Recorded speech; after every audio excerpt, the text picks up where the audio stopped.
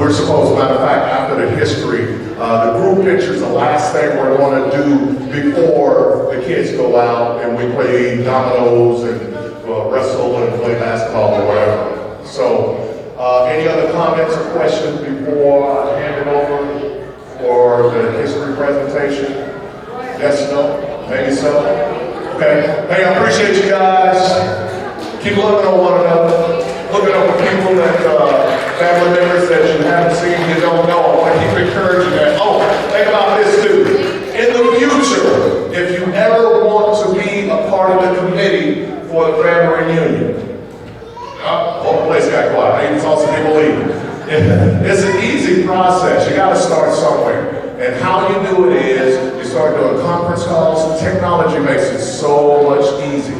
Because we've been doing Zoom calls and things like that, coming together with ideas, coming together with locations or whatever. So just think about that. Even if you decide to take the mantle for the next family reunion, even people that's on the committee now, we're always willing to help out, you know, along the way. You got your hand up. Did you have something to say? Yeah. He plays sports, soccer. All the younger kids. Oh, I'm so embarrassed. I'm so embarrassed. Wow, soccer, track, baseball, and football.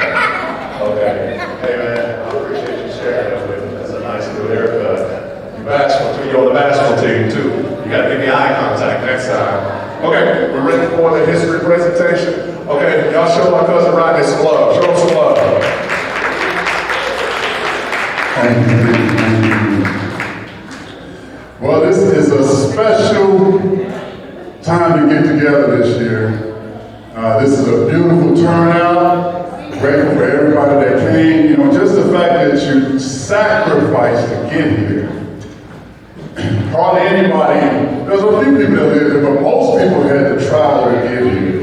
Just the fact that you did that shows a lot. Really shows that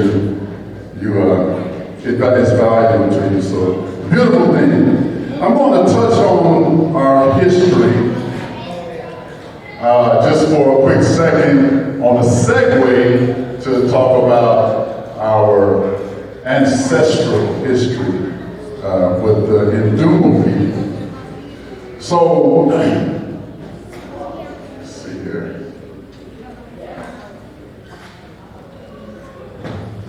So, Jones family reunion, there are different types of family reunions. I'm not going to bore you too long, but I want to give a little context. Jones family, this Jones family reunion started from a conversation that me and my sister Sheila, she's back there with her grandbaby, we were having coming from another reunion on my father's mother's side. This is my father's side. But she said, Rodney, this was back in 2014. She said, Rodney, I got this last name, Jones. And she said, I don't know nobody related to me with this last name. Right? And so we're coming back from Dallas, and we had our babies with us. Even Ashley was in the car. She was young back then. But she's still doing it. But anyway, so when she said, I got this last name. I don't know nobody related to me with this last name. And I said, you know, that's right. I said, we need to have a family reunion. When I said, we need to have a family reunion, but I'm thinking what somebody else needs to do, right? So I kind of chuckled. I said, because usually, I think that usually when we say what needs to be done, usually we're the ones supposed to do it. Because you see it, right? So when I said we need to have a family reunion, I chuckled. And I told her, I said, I guess that means we got to do it. So, you remember that, Sheila? You remember that? Yeah, you know, so, and we ain't never done that like this before. So we took it upon ourselves to start it. But I got an amazing group of people around us, other family members, because it's hard to do something great by yourself, right? So we got people around us and we did this together. We're better together, right? So anyway, so me being, I've been doing genealogy for about 20 years. So I started inviting certain people that was Facebook friends. And what we decided to do was get all the descendants of James and Sarah Jones, all the descendants, and get everybody together so that everybody at the reunion would be related to one another. So this template you see right here, that's a different type of a family tree, which is what reunions are based off of. This is a ascending family tree. So if we did it off of us, because you got ascending and a descending. So if we did it off of ascending, it would be Jones Tucker. Jones Tucker. My mother was a Tucker, right? So it would be Jones and Tucker. But everybody at the reunion will be related to us, but not to each other. So I wanted everybody at the reunion to be related to each other. So we decided to do a descending tree. So everybody is descendants of James and Sarah Jones.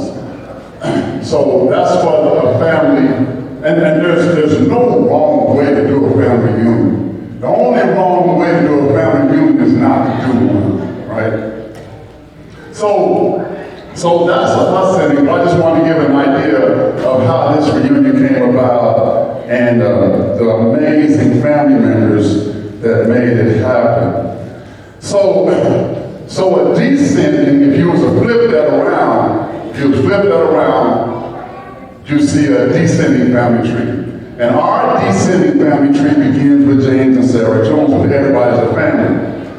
Now, a tribe, T-R-I-B-E, a tribe is descendants of one common ancestor. That's what a tribe is. Even in the Bible, you know, it's a tribe of descendants of one common ancestor. And our reunions before, we have normally, we have told the story of James and Sarah Jones, but we mostly talk about Sarah.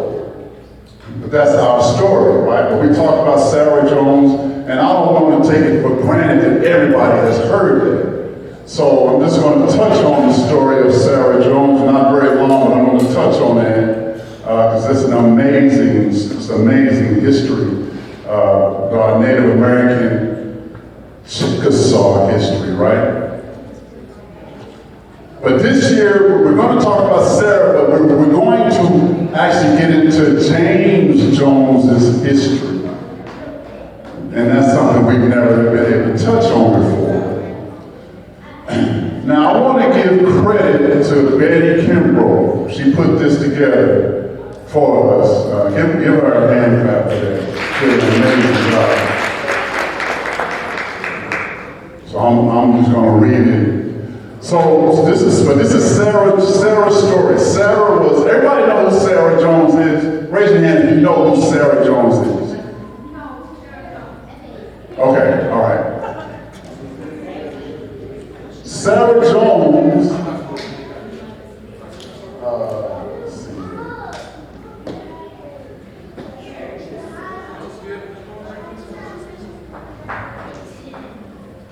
So Sarah was the mother of Armistead Jones. Everybody know who Armistead Jones is?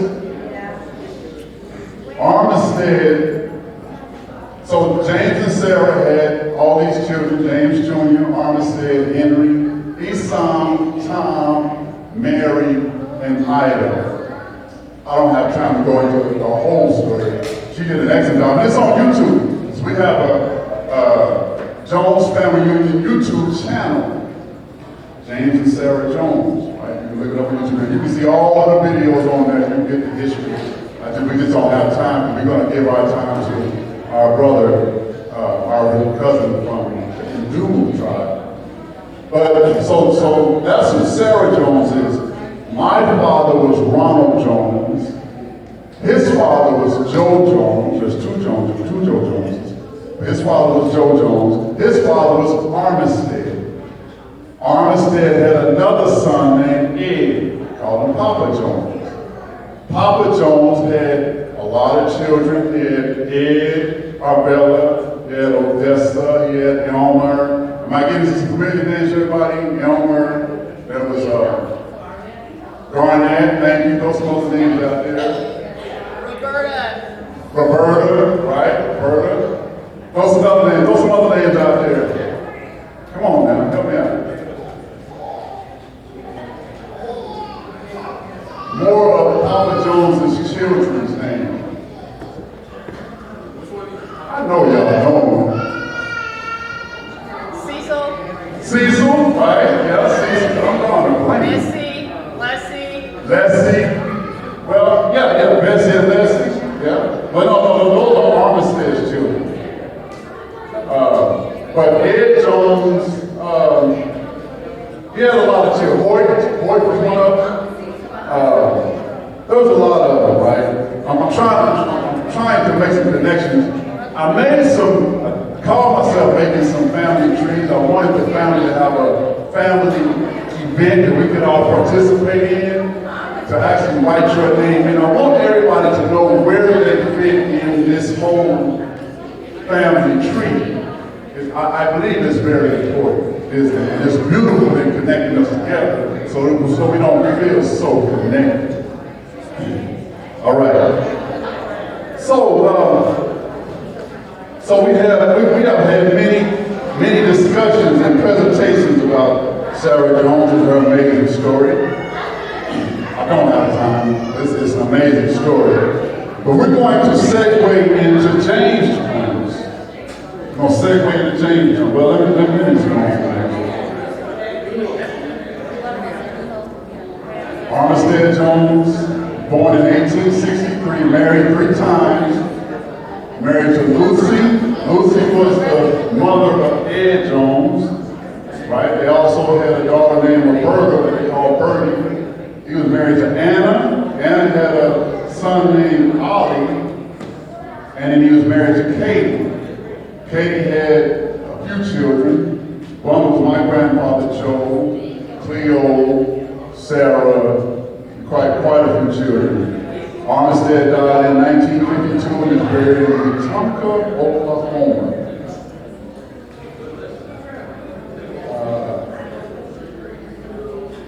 Okay, yeah, there's all the children.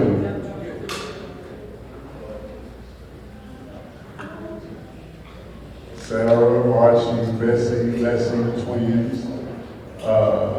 Cleo, Mary, Joe, Jennifer, and Gwendolyn and Shirley.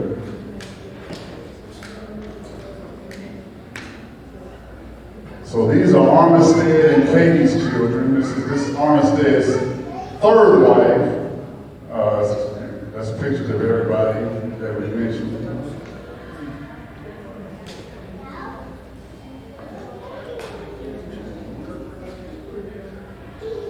These are pictures of Joe Jones's children. Ronald, that's my father. Sheila, sitting right there with the camera. Benita. Carla passed away. George Wright, he's in Oklahoma City. James Wright. James, it's not Wright, I can't remember. It's not Wright. I don't think it's right. Anyway, but James, he lives in California. He's a retired pharmacist.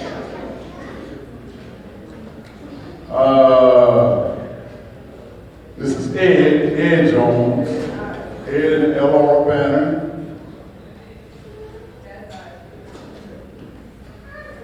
I want to segue, but then I want to go through this, but I believe it's kind of important. So these are Ed's children. John Henry, they call him Joe, that's other Joe. Elmer, Garnett, Ed Arbella, Robbins, Hoyt, Odessa, Bert Alton, Roberta, Derek, Cecil, Emma, Ahmeda, I think she passed, Will, little girl, in Monroe.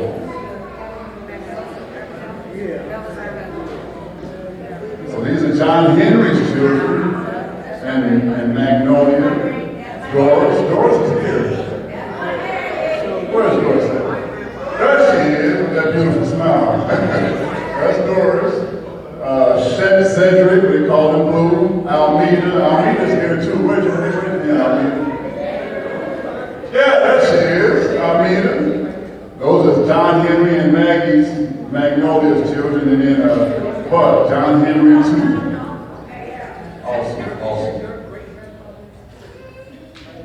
And this is Dan and Odessa's children, Elnora, Edwin, Burnham, Gladys, Burnell, I'm sorry, thank you. Burnell, Cliff, John, Warnett, Bernard, Madison, Matt.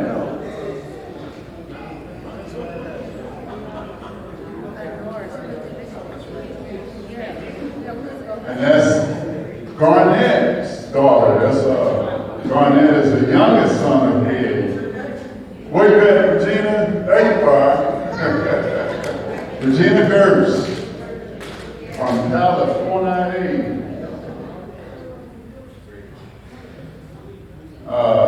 Cecil and Mary's children, Paul Sr., Charles, Arthur Jean, Clarence, Cecil Jr.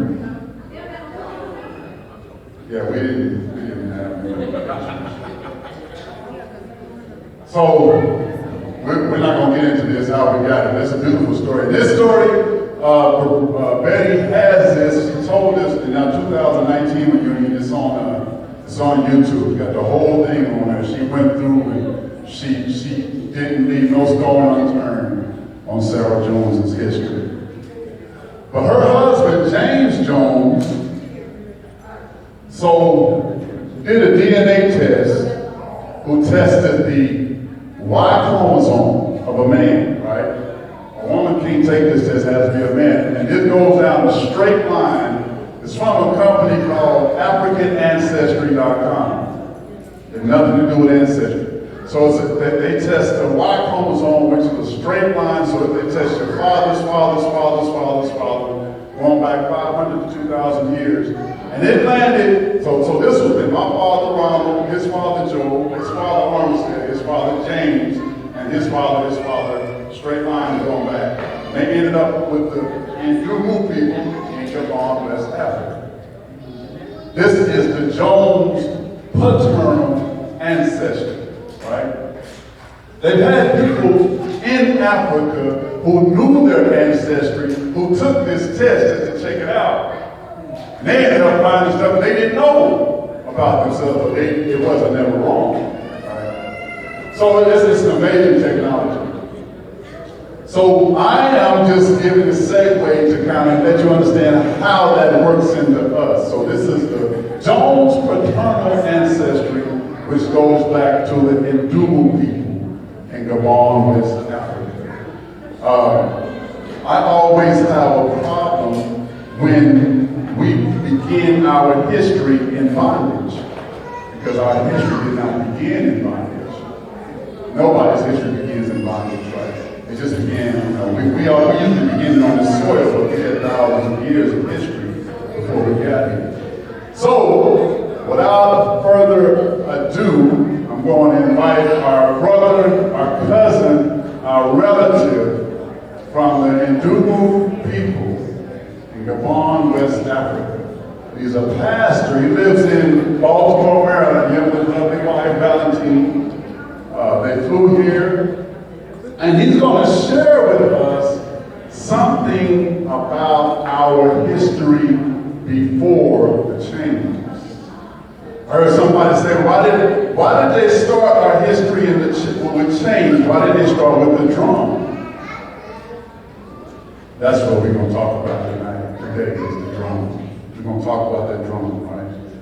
So, you guys give him a hand as he comes over here. Welcome, our cousin, Pastor Abraham Ndumu.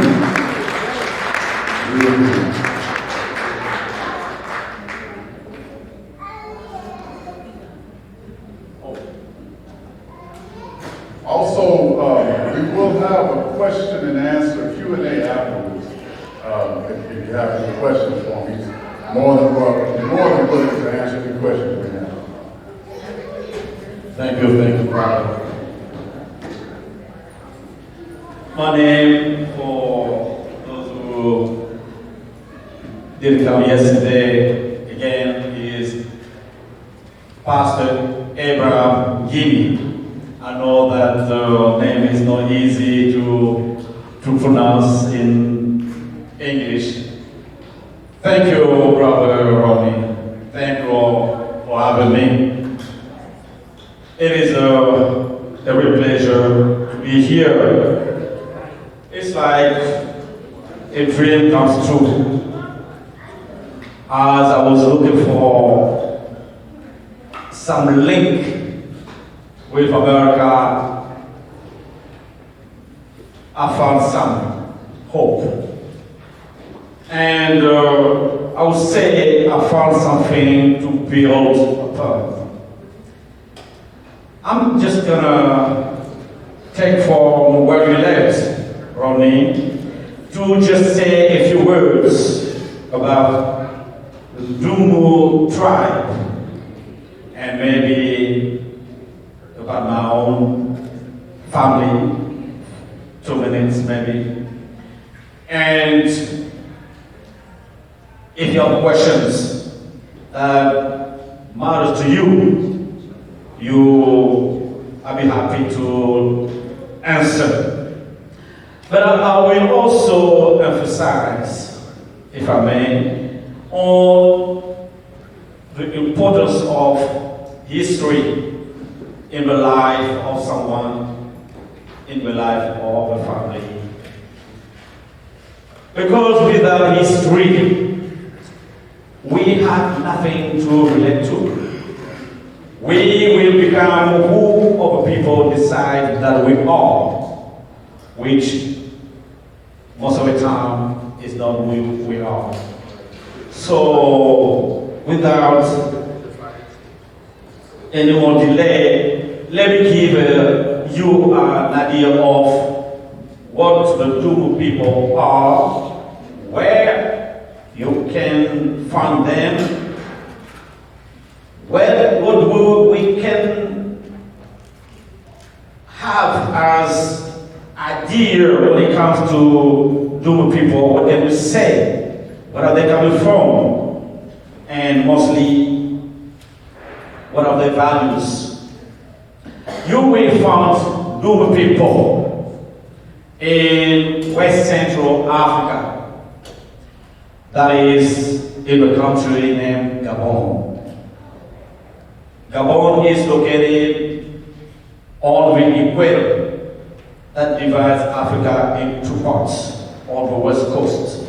I'm sorry, I don't have visual to give you, but I'm just giving you an idea to give you a representation of where you can find Gabon.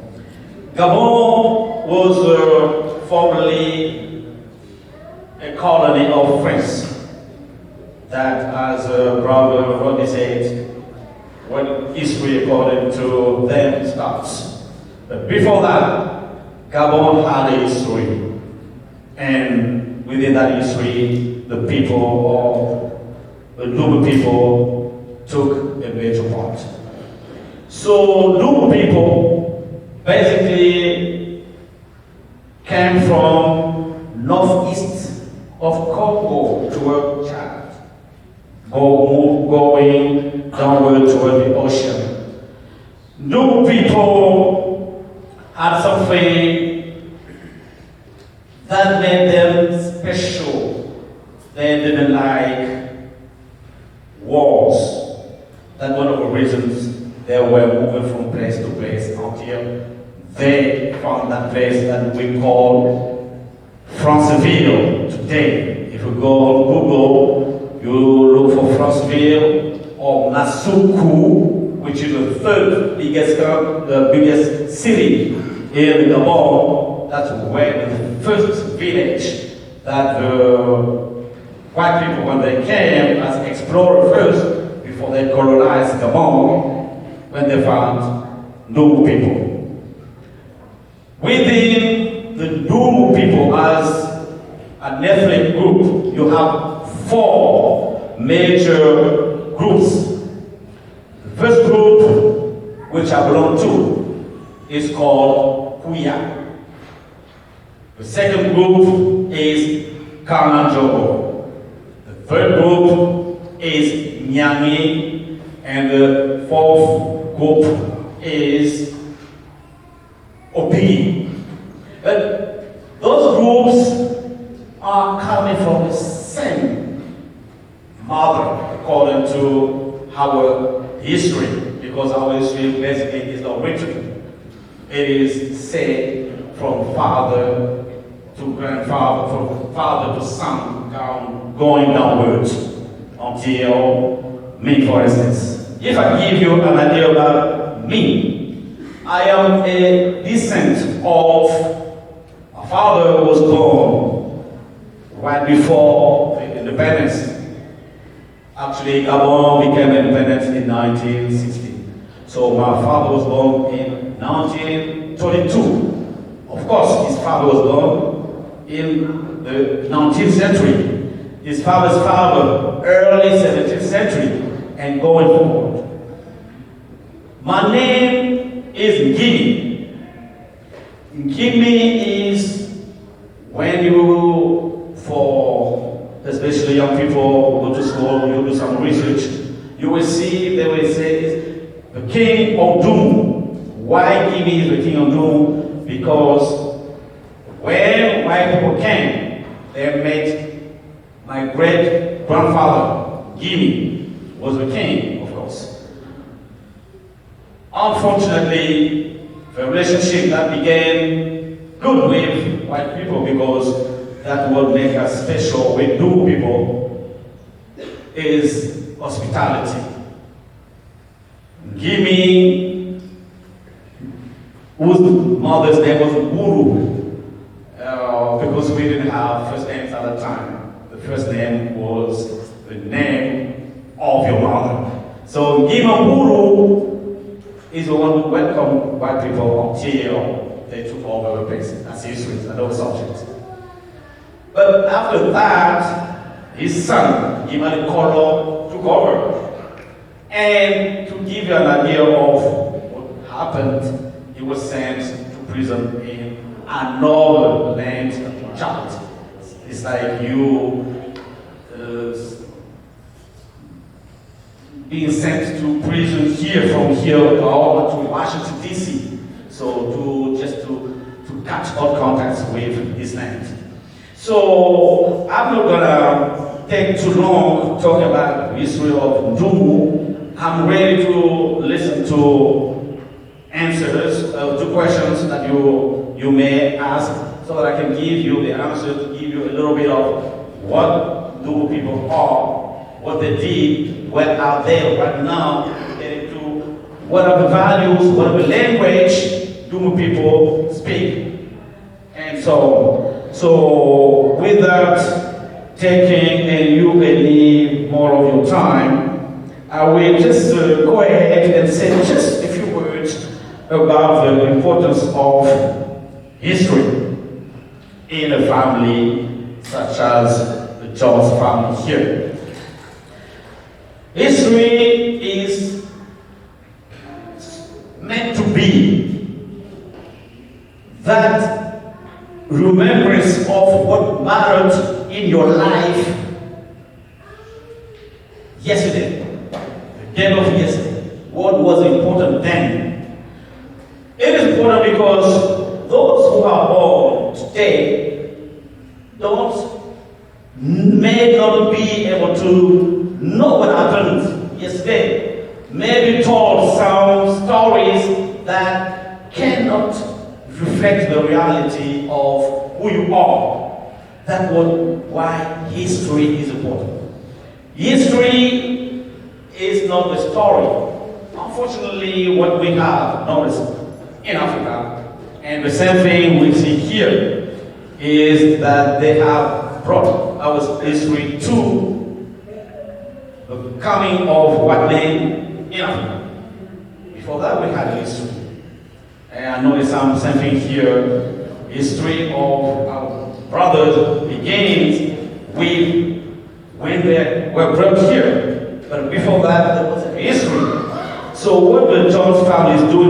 it's important to bring back that was lost in order for you and tomorrow's generation to know where we are and build from that foundation, that new foundation. That's what matters. Another thing that I would like to emphasize on is to be careful about what we have been taught about the history, which may not be the reality. History should be based on facts, not on hearsay, not on opinions. But unfortunately, history is most of the time written by the winners.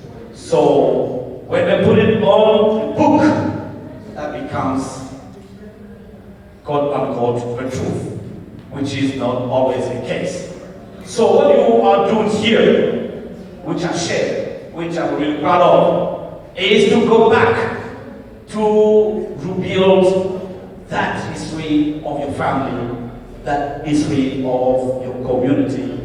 From there, I'm pretty sure the new generations will know that they are not what the people have been said they were, but they are in reality what they are, because it is based on facts. I think I have a lot of more times because I will say this.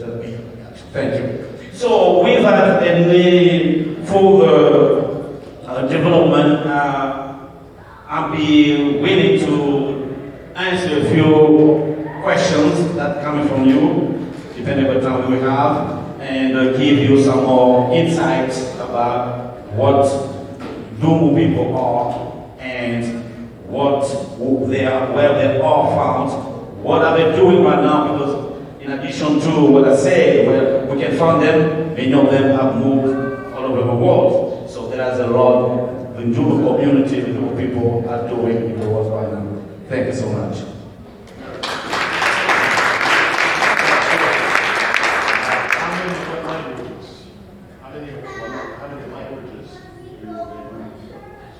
Thank you for your question. So, the thing with the Ndumu people is that the people, the name of a language is the name of people. So Ndumu speak Ndumu. The language is Ndumu. But, as I said, there are 4 main groups. So you may have, they all understand each other. We all understand each other. But the way we speak is not exactly the same. It's like you speaking in English in America and not a British, like in South America, South part of America, and North part of America, there are some differentiation, the tone and the focus. And I will say something later because you will not find that in your research. Suffixes may be different. Let me give an example. If I say, you in Ndumu is way. I say, I'm saying in Ndumu is miti, but some groups, like the Nyani will say, mete. You see, but we understand each other.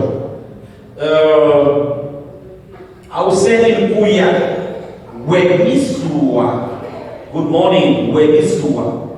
In Nyani, which is another group, they will say Wemusua. Instead of Misua, they will say Musua. So there is, to go back to your answer, to your question, the language is Dum. Yeah, just a different accents.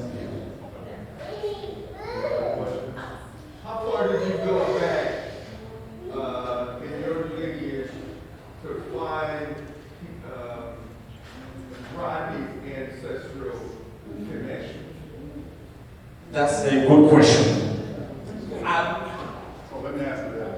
So this was a research that I did through DNA. So this was a research that I did through DNA. So the DNA went back to his people, right? So the DNA on my father's side, which went through Ronald, Joe, Armistead, James, and it goes all the way back to the Ndumu people. Yeah. Makes sense? My question is, how far in the ancestry, the Ndumu that he took to match you, did his folks go back? So he didn't take and test. He is Ndumu. So you stop it. Yeah, we tested to the, I say I because I go through James, so it's really us, right? So we tested through the Ndumu people, and so this is what happened. I'm in a Facebook group, a Gabon Facebook group, right? So I posted, because I couldn't find any information on the Ndumu people. You know, you have these certain tribes that everybody's talking about, some, you know, nobody's talking. So I wanted to know about these people. So I just put a post on there. I said something like, can anybody tell me anything about the Ndumu people? Something like that. And so one lady responded. She says, my husband is Ndumu. This was Valentine, right? She was one, she's a different tribe. She's mom, she's a different tribe. But she commented, she said, she tagged me, my husband, and he's looking for somebody, you know, he's trying to find somebody. So that's how we looked up. So she looked us up. So he didn't do anything to find me. But what I'm saying is, in Africa, your African DNA test told you that your ancestry came from. Yeah, yes, sir. Okay, so that means that every male in that line came from. Okay. So Ndumu is one family. Everybody, yeah. Ndumu are descendants of one common ancestor, whose name was Ndumu, right? His name was Ndumu Eku. That was the ancestor of all four groups, of the same father. And the father of all four groups was Ndumu Eku. So that's my ancestor. From him, I can go back 6 or 7 generations. He had a child.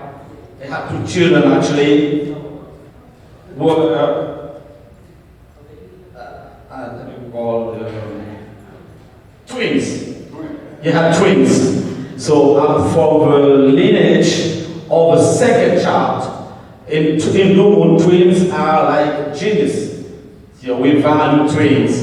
So the first one, they lost him because of war. They were running from war. I gave a little bit of that story yesterday. And they kept one child, Pika. So Pika Libege, Pika was the second child. Libege is like the mother to carries because we didn't have first names. So from them came my great-great-grandfather Ndumu, which name was Ngimi Suna. I can go back to that. Ngimi Suna gave birth to Ngimamburu. Ngimamburu gave birth to Ngimalikolo. Ngimalikolo gave birth to Ngimi Ekemi. Ngimi Ekemi to me, and so on. So I can go back to your question. 5 or 6 years.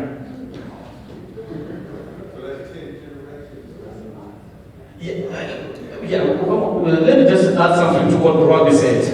What is sad about this whole story is that we cannot, from us who were left in Africa, know when exactly our family members were taken from our community. So we cannot say it was in such years, we cannot tell. Fortunately, there are now science is going from backwards, to get back to the roots. But going that from Africa to here is almost impossible right now because we didn't do it purposely, knowing that the date we sent someone there, we didn't know. So yeah, that's kind of a lost story.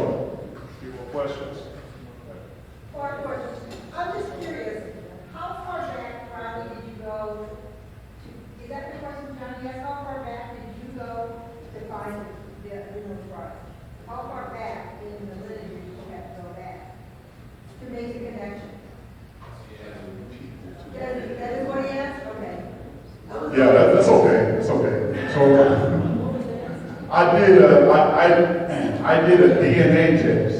Yeah, but was it 10 years you would So- in the lineage, it would last 10 years? All I can say, I don't know, because the DNA test, they said it goes back 500 to 2,000 years.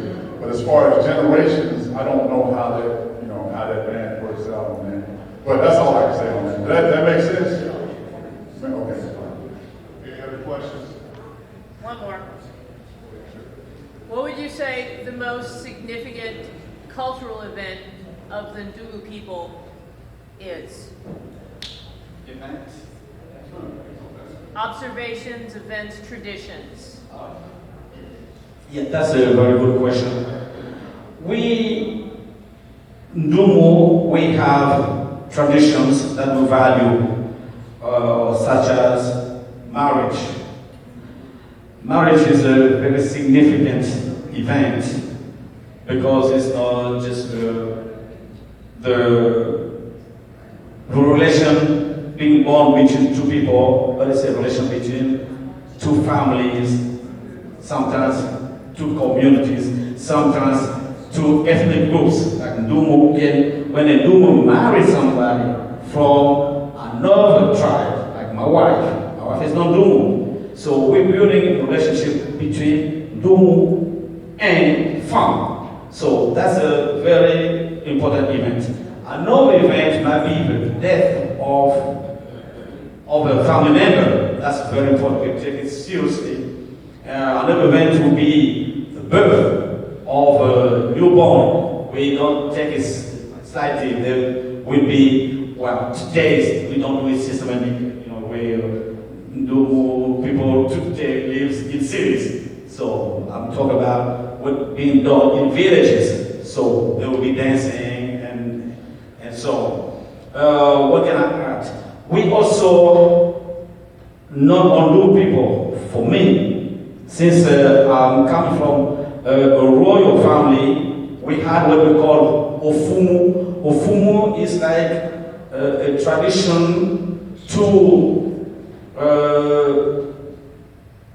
I'm looking for the right word, to initiate, to take someone and make him to crown someone to become a king. Because I'm coming from a royal family, in order back then to become a king, there is a ceremonial thing. Today we don't do that often because there is no more kings. It's a modern society now. So those are kind of events and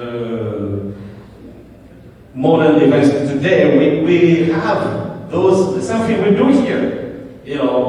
College, child going from high school to college is an event that we don't celebrate the same way. We value that and we call families and celebrate that thing differently, but still we have traditional, just like here, doing it a little bit differently, that's all. And also modern celebrations, just like here, but done sometimes differently. Any other questions? What was your religion, what was your culture before the European colonization of Christianity? Like, what God did you guys draw your power from? Yeah, that's a very, very good question. Ndumu people believed then and believe today in God. One God. Of course,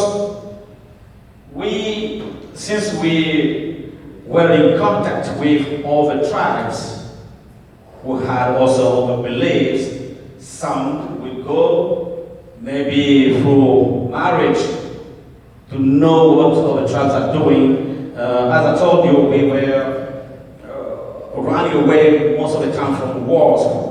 And sometimes when those people were doing the migration, we go to other people like Batiki.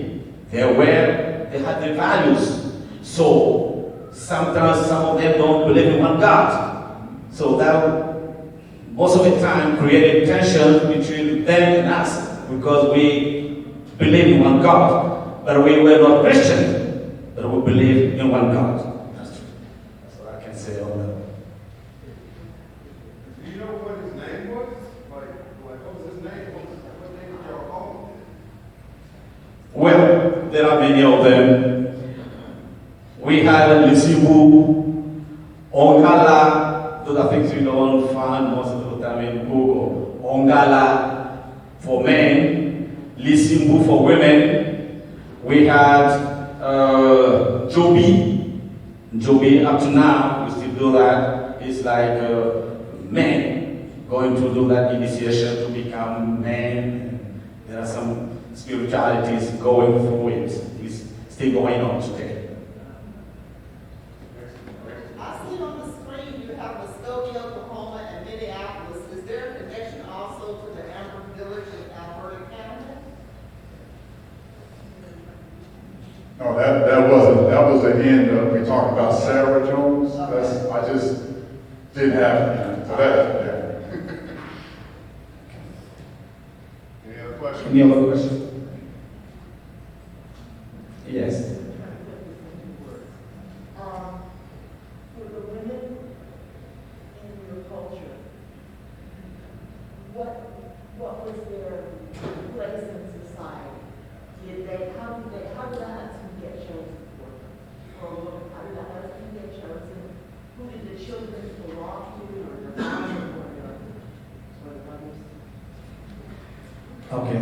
The question is a very good question.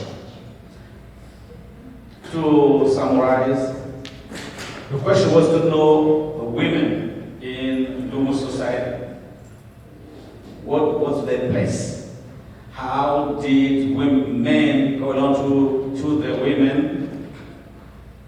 What place role the women was playing then or now in the Ndumu community? That's what the question. The answer is straightforward. Ndumu women had equal rights as men, yet they were doing something. Their role in society was different from men. We didn't have a society where women are all underclassed. We had a society where men had their place, their role, their task, and women are theirs. It wasn't a competition. For instance, in a regular Ndumu couple,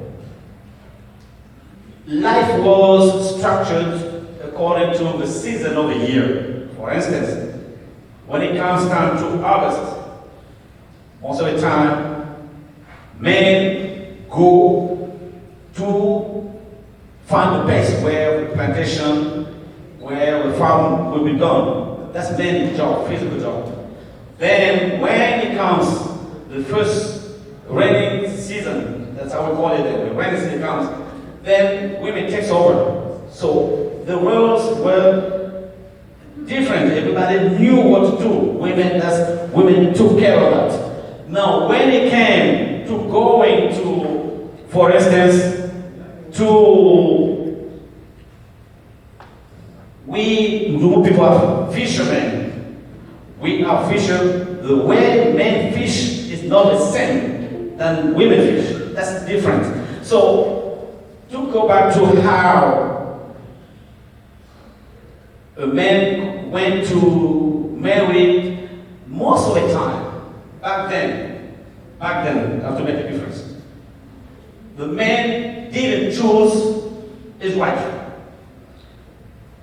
Back then, the father was the one who, according to his relation with other men in other villages, from other tribes, who would say, my son is growing, he needs a woman. That was back then. I want everything to be clear. Today it's not working like that because I know how easy you can draw conclusions. So in our tradition, that was then. And just like in the Bible, we will see Christian that how Jews were doing things. My son is growing, he's becoming a man. I'm looking for a good woman. That was then. Today, of course, things are different. No Ndumu modern citizen will do that. Men are, and women are free to choose their partner. Things have changed since then. I guess what I was getting at, I'm wondering, I see our ancestors kind of being taken against their will, leaving their culture. And I guess I'm kind of wondering what life was like for them,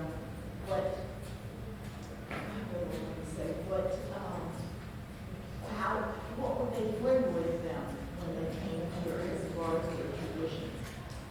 You say that the father would say, my son is grown after he needs a wife in those days, not now, in those days. How would he go about it? How would the woman get chosen? Who would decide? Did a dowry? Do they get a dowry? Do they go to the bride and they say to the woman and they say, we'd like you to be my son's wife? Thank you for your question. Okay, this is the same question, but more detail. Well, most of the time, what happened was the father would go to the next village or wherever he found he has a relationship with all the men over there. For my family, for instance, coming from a royal family, we will know that is in the over tribe that we call king. We have to, the father then speak to his that other man in charge over there, of the family or of the tribe, that I need a good woman for my daughter. So he will go physically, go there and see exchange with that father, and the father doesn't decide alone. He will ask his mother what he thinks. Because marriage, to go back, was a matter of confidence between families, between tribes, between communities. So no single man would decide. Not even the king would decide, okay, I'm taking with my daughter to give away without asking the mother, without asking the uncles, because that also men in his wife's family. He will speak to the uncles. I'm going to have my son married. What do you think? So the woman would go, the mother, let's say, would go to see his brothers. He said, okay, that man came because he wants to marry his son to be married to our daughter. What do you think? You, my brother, or you, my uncle. So there will be a community exchange in the wife-to-be family. They will exchange to say, yes, we want, because they don't want, because on the present, we don't want, because we know those people that are not good, or they will want, because we know them, it's a good family, it's a good community. So it will be like a marriage, not only between those two people to be married, but between those villages or community or tribes. Did the children have a choice? Did the son have a choice? Did the girl that was chosen have a choice? Or was it like you do what the family says? Most of the time, they didn't have a choice. Because it's like a dishonor. If you don't agree, it's like you deceiving all the family. But then I'm talking about, has to be clear. Today, that is gone long ago.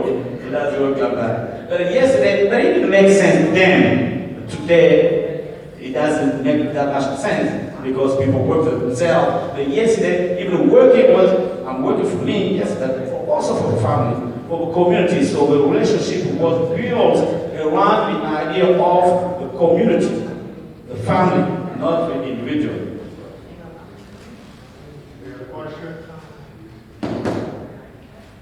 I got a quick question. I think this is a quick question.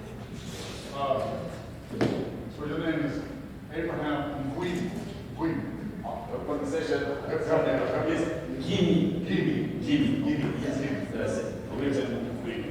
So, does that have a meaning? Okay. My name, when I was born, was Jean-Pierre Guinea. When I was born, Jean, which means John, Pierre, Peter, Guinea. That was the name that was given to me. I became an Abraham when I was anointed and became a minister. Yes. Yeah. So I asked my father about the name Guinea.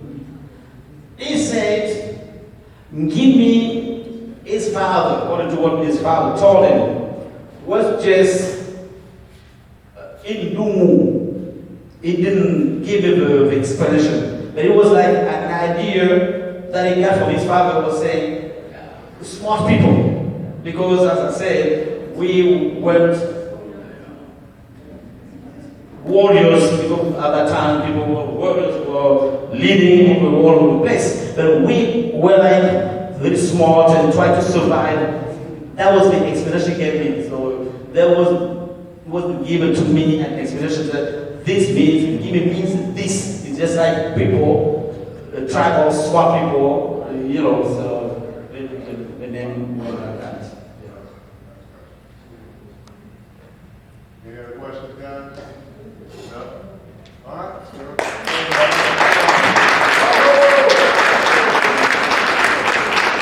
Okay, we're gonna run down this a little bit, and don't forget, like, once this is over, that they're gonna do like water games and things like that for the young kids. So I think the young kids were getting restless, so they already started moving around. So do we need to get ready to do the family picture also? Because we need to get over here and get everybody together. Okay, we need to do that? You get the people outside? Okay. Well, if the people inside, oh man, this is gonna be a tough one. I kind of want everybody to get up and start moving around.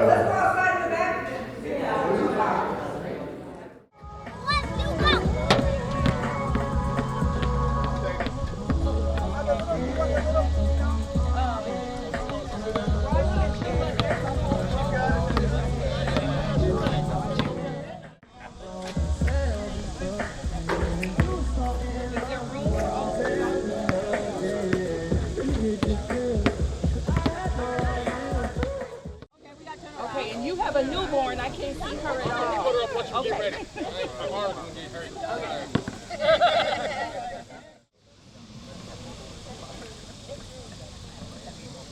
All right, everybody looking right here. Put your hands in your lap. Hands in your lap. Put your hands in your lap. Good job. Ready? Ready? 1, 2, 3. I'm gonna take about 20 to make sure everybody's eyes are open. Keep looking at me, keep smiling, keep looking at me, keep smiling. Just remember, if you're not looking at the camera, you're gonna ruin a picture. Look right here. Look at all these smiles. Look at all these beautiful people. I can't believe it's my family. Let's promise to be better. I keep up the tree. Oh, it's been a while.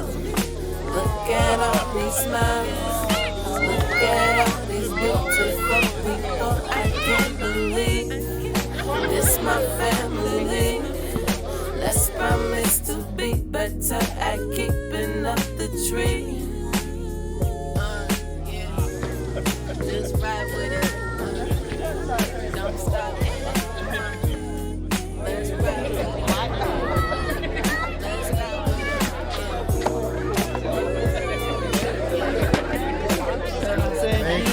Thank you for inviting me.